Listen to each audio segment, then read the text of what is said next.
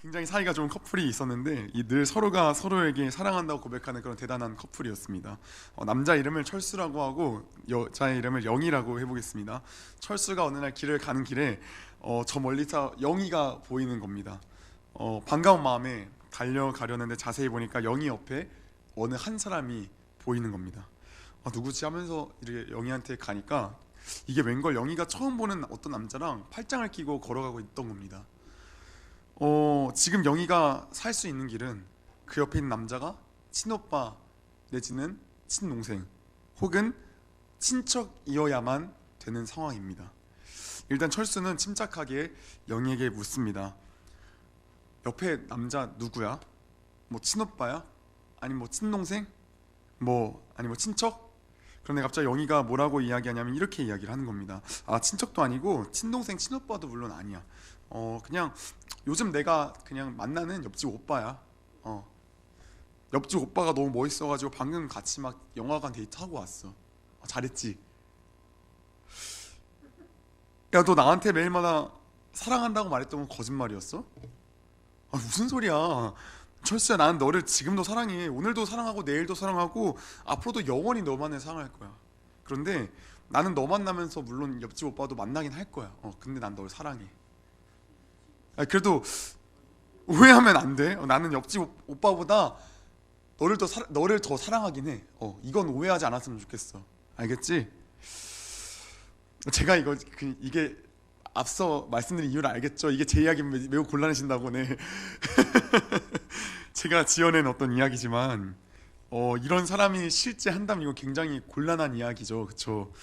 어떻게 사랑한다고 말하면서 이렇게 뻔뻔할 수 있을까요? 이건 말이 안 되는 이야기입니다. 사랑한다고 백날 말하는 거는 사실 중요하지 않습니다.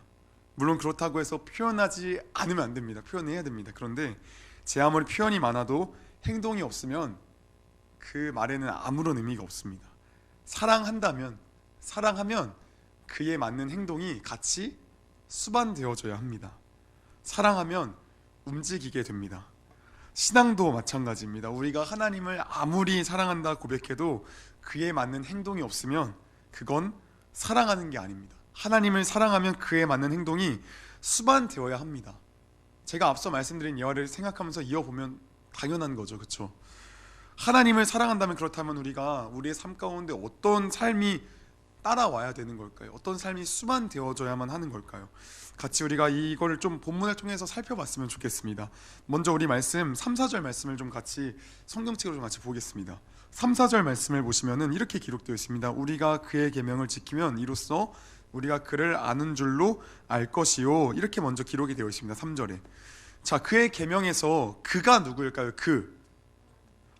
그는 바로 예수님을 의미하죠. 자, 예수님의 계명을 지키면 이로써 우리가 예수님을 안다라고 성경은 지금 이야기를 하는 겁니다. 뭐라고요? 예수님의 계명을 지키면 우리가 예수님을 안다라고 이야기를 하는 거죠.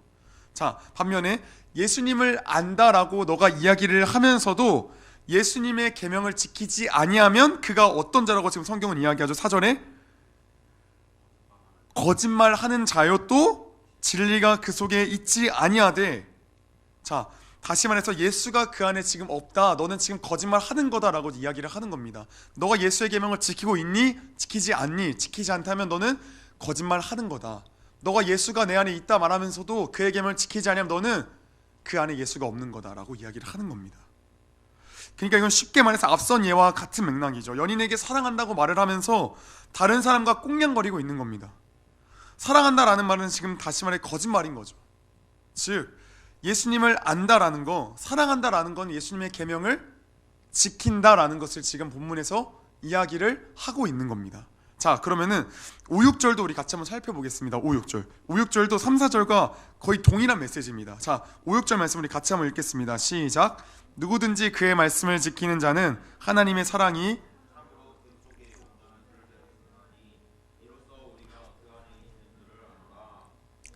산다고 하는 자는 그가 행하시는 대로 자기도 행할지니라. 아멘. 자, 하나님의 말씀, 즉 그의 말씀이니까 하나님의 말씀, 즉 예수님의 계명을 지키는 자는 하나님의 사랑이 그 속에서 온전하게 되어진다고 하는데, 여기서 하나님의 사랑은 무엇을 의미하죠? 예수님을 의미하는 겁니다. 예수님. 자, 그러니까 다시 말해서 3, 4절에 뭐라고 했죠? 계명을 지키면 누가 이 안에 있다고요? 예수가 있고 또 누구를 안다고요?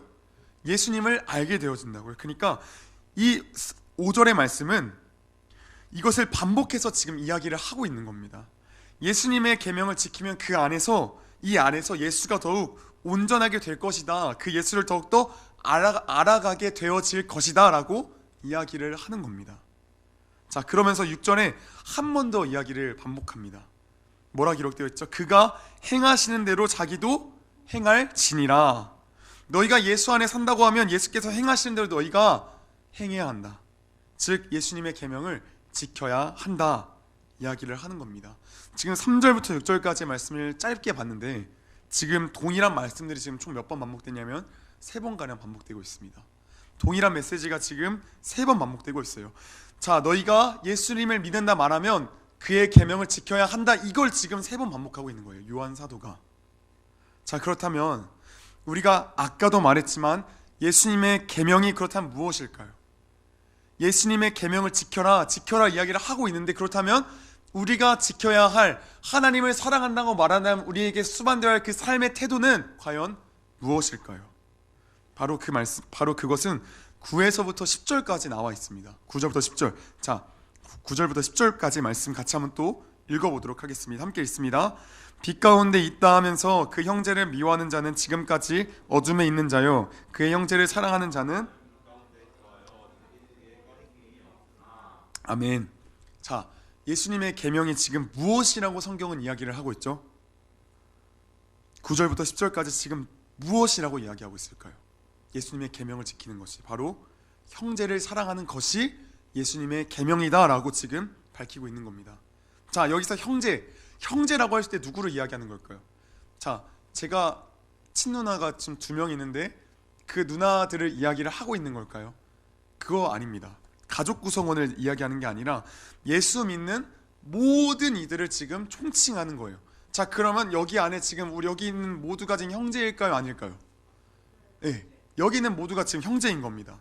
그러니까 여러분이 지금 형제를 미워한다면, 예를 들어 저를 미워한다면, 아니 옆에 있는 선생님을 미워한다면, 옆에 있는 학생을 미워한다면, 누군가를 미워한다면 그것은 예수님 안에 거하는 것이 아닐 뿐더러 어둠에 있는 자이고, 어둠이 그 눈을 멀게 하여 어디로 가야 할지 방향을 잃어버린 자와 같다라고 지금 성경은 이야기를 하고 있는 겁니다.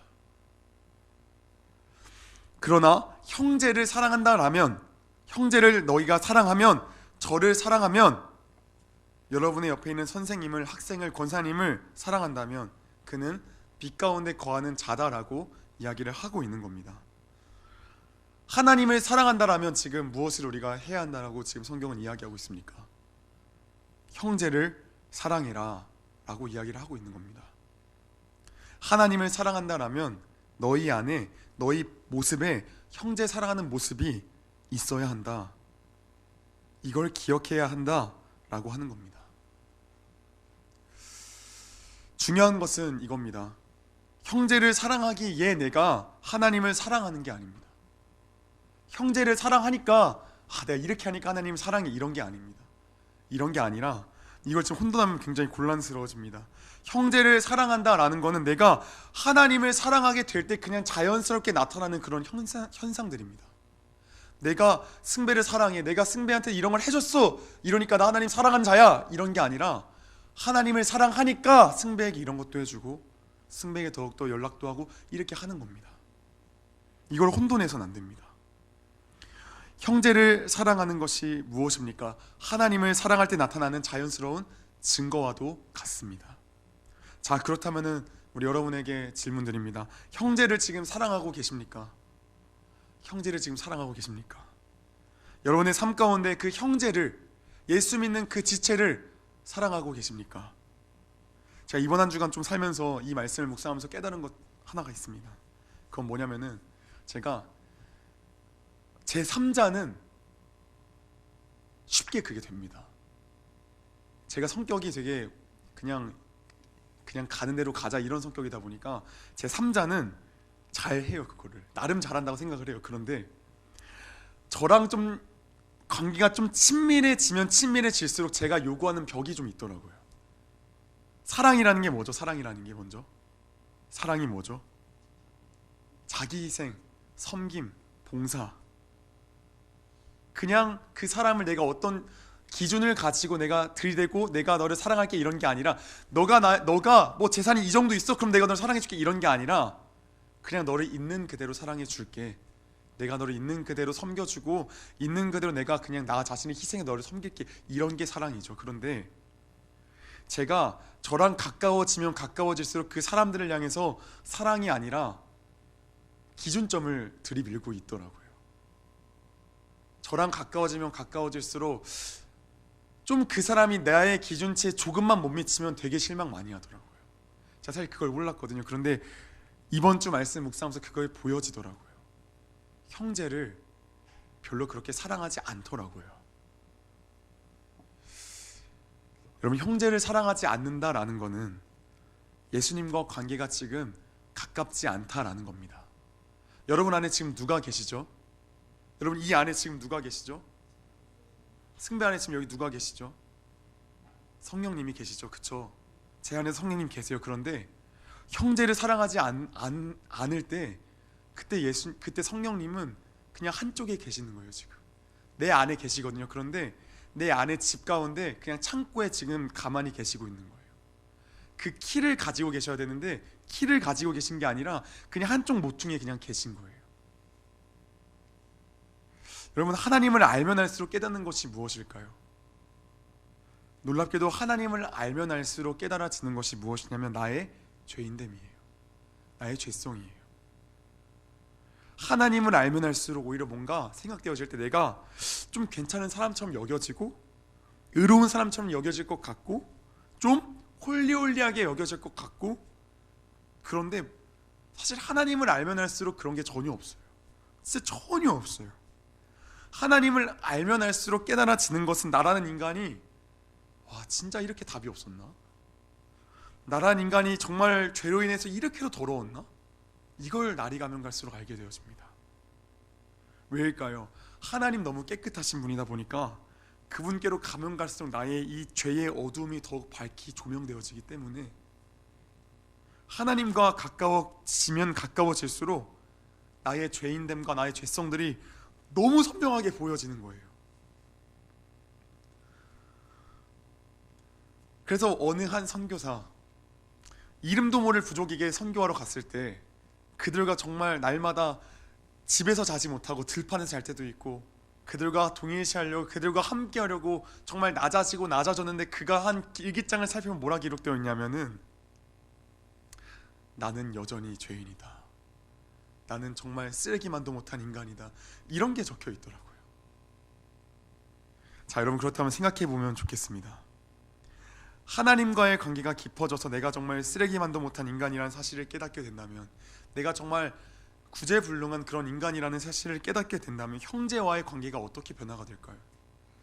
내가 정말 안타까운 존재다, 내가 정말 이 구제불능한 인간이다라는 그 사실을, 내가 죄성이 깊다라는 그 사실을 깨닫게 되면 깨닫게 될수록 옆에 있는 그 형제 자매와 관계가 어떻게 되어질까요?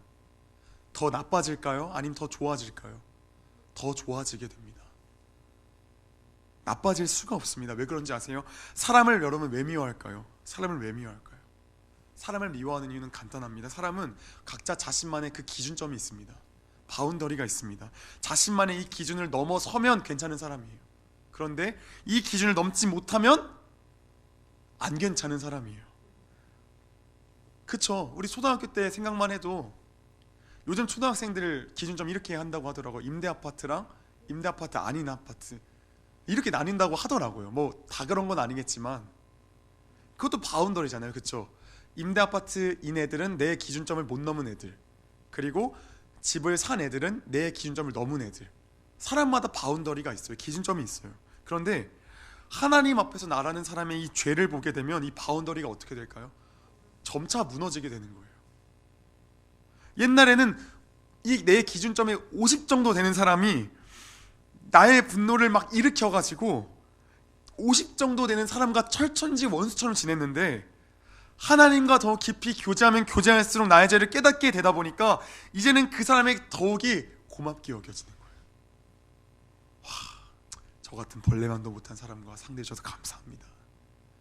제가 당신이 옛날에는 미웠는데 이젠 너무 감사합니다. 저 같은 사람을 상대해 주시네요. 감사합니다.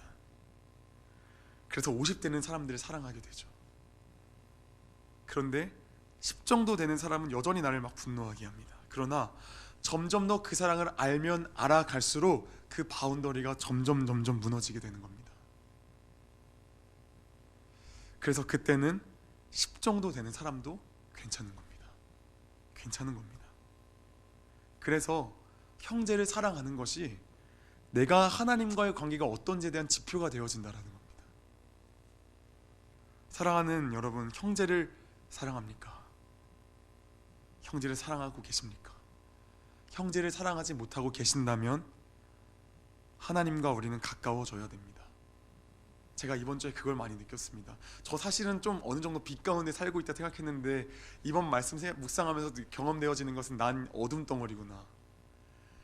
제가 가까운 사람들한테 그렇게 못한다라는 거는 사실 다른 사람들 한다는 건 다 그냥 제 성격 때문에 하는 거죠. 그냥 제가 어떤 예수님 사랑해서 하는 그런 게 아니라 그냥 제 성격 때문에 그냥 하는 거죠. 저도 물론이고 아니야 우리 모두는 형제를 사랑하지 못하고 있다면 하나님과의 관계를 회복하기에 힘써야 됩니다. 예수님이 십자가에 달리시기 전에 자신이 이제 십자가에서 죽게 될 것이라고 말씀하시자 그의 수제자 베드로가 주님, 어떻게 말도 그렇게 섭섭하게 합니까?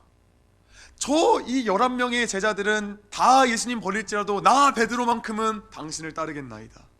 이렇게 당당하게 선포를 했습니다. 그런데 그때 예수님께서 뭐라 말씀하시냐면 베드로야, 너는 닭이 울기 전 나를 3번 부인할 거야 라고 말씀하셨습니다. 자, 그렇게 예수님께서 십자가 형벌을 받기 위해서 끌려가셨을 때 베드로가 예수님을 몰래 따라갑니다. 이렇게 불을 지피고 있는데 옆에 있던 어떤 한 사람이 이야기를 합니다. 당신 예수님 따르던 수제자 아니야? 그게 누군데요? 저 모르는데요. 저 몰라요. 한 번 부인합니다. 또 불을 지피고 있다가 또 옆에서 또 누가 물어봅니다. 당신 그 수제자 아니야? 내가 봤던 것 같은데 뭔 소리 하는 거야? 나 몰라요. 나 그 저주받은 사람 몰라요. 예수를 저주하고 3번 부인했습니다. 자신의 목숨을 아까워서 예수님을 부인했던 거죠. 그렇죠? 그런데 그 베드로가 후에 어떻게 되는지 아십니까? 그 베드로가 후에 달라집니다. 부활하신 그 주님을 보고 오순절에 성령이 임하시니까 자신의 목숨을 건지기 위해 3번이나 예수님을 부인하고 저주했던 베드로가 목숨을 걸고 주님을 전하는 자로 완전히 변하게 됩니다. 여러분, 같은 맥락입니다. 같은 맥락입니다. 우리 안에 누가 계신다고요? 성령이 계신다고요. 우리가 원래 사랑이 안 되는 자들이에요.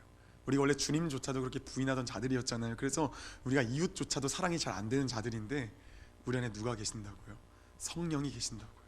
성령이 우리의 삶을 주관하시고 이끌어 가시면 그 형제를 사랑할 수 있게 되어지는 겁니다. 베드로가 어떻게 되었다고요? 완전히 바뀌었다고요. 베드로의 능력이었을까요? 아니요. 성령께서 임하시고 성령께서 그의 삶을 끌고 인도하시니까 그가 완전히 뒤바뀐 겁니다. 오늘 이제 승배가 이제 학습을 봤는데 이 학습이라는 게 뭐냐면 예수님을 구원자로 고백하고 하나님을 예배하고 성경을 더 잘 배우며 그리스도인의 바른 삶을 살아가기로 결단할 사람을 대상으로 하는 가장 기본적인 기독교의 교리를 배우는 것을 학습이라고 우리는 이야기를 합니다. 가장 기초적인 기독교의 어떤 기본 진리들, 구원에 대해서 승배가 우리 부장님과 2주간의 짧은 시간 동안 배웠습니다. 그렇죠? 우리가 앞으로 나아가야 될 방향이 어디냐면 바로 여기입니다. 기독교의 기본 진리, 내가 구원받았다, 좋습니다. 그런데 거기서 끝나는 것이 아니라 성령께서 우리를 어디로 인도하시냐면 형제를 사랑하는 거기까지 우리를 끌고 인도하세요. 이게 부담스러워할 필요가 없는 게 승배가 하는 게 아니에요. 제가 하는 게 아니에요. 누군가 도와주는 게 아니에요. 성령께서 그 승배를 도와주시고 승배를 이끌고 가세요. 그리고 저도 마찬가지로 이웃사랑 할 수 있는, 형제 사랑할 수 있는 거기까지 저를 이끌고 가세요. 누가요? 성령께서요. 성령께서요. 오늘 무슨 날이죠? 크리스마스입니다. 네, 메리 크리스마스입니다. 이 크리스마스 우리 지난주에 나눴죠. 우리 안에 누가 오셨다고요? 예수님께서 오셨다고요. 그 예수님 오늘도 승배와 함께 하시고 저와도 함께 하시고 우리 모든 성도님들과 함께 하신다고요. 그래서 우리를 어디까지 인도하신다고요? 형제 사랑할 수 있는 그 하나님을 더욱더 깊이 알아가는 거기까지 인도하신다고요. 우리가 그 성령님과 동행하면 좋겠습니다. 그리고 우리가 새하늘과 새 땅에 이르면 우리가 죽고 나서 우리의 이 영이 주님과 함께 하면은 그때는 고린도전서에 기록되어 있어요. 지금은 거울로 보는 것 같이 희미하지만 그때에는 얼굴과 얼굴을 대면한 것 같이 선명하다. 그때는 그 사랑을 더욱더 확실히 알고 주님을 더욱더 알아서 완벽한 성도의 교제가 일어날 겁니다. 그날을 고대하며 기대하며 오늘 성탄을 감사하며 이웃 사랑을 바라보며 나아가는 우리 모두가 되기를 소원합니다.